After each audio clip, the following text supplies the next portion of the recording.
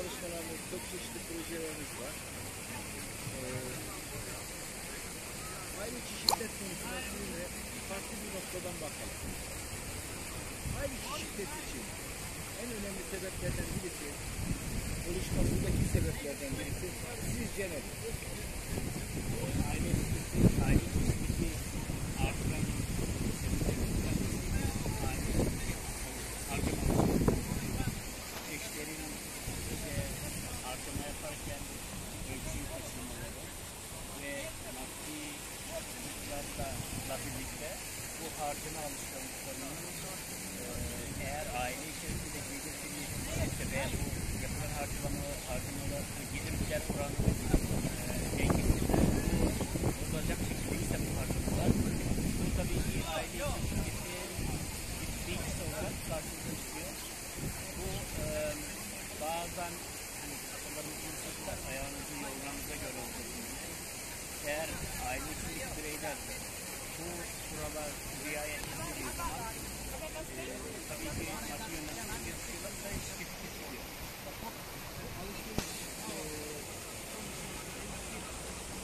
Kötü alışveriş huyu diyelim. Evet, şöyle, yani insanlar ihtiyacı olmadığı şeyler alıyorlar. Sırf beğendiği için oluyor, ihtiyacı olmadığı için oluyor veya alışveriş bir bağımlılık haline gelmiş bir alışveriş bağımlılığı da diyebiliriz. Yani ihtiyacı olmasa bile alışveriş yapma ihtiyacı hissediyor. Şeyler alıyor. Tabii ki kendi yaşamak için hem ihtiyacı hem de maddi yönden bunu karşılayabilecek bir seviyesi yoksa da aile ihtiyaç sorunlar. Alışveriş çılgınlığı dediğiniz zaman ilk önce aklımıza bayanlar geliyor.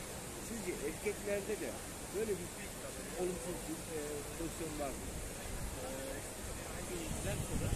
Şimdi bu soruyu çok net cevaplamak zor. Çünkü bu konuda yani yapılmış bir araştırma var mı bilmiyorum, emin değilim.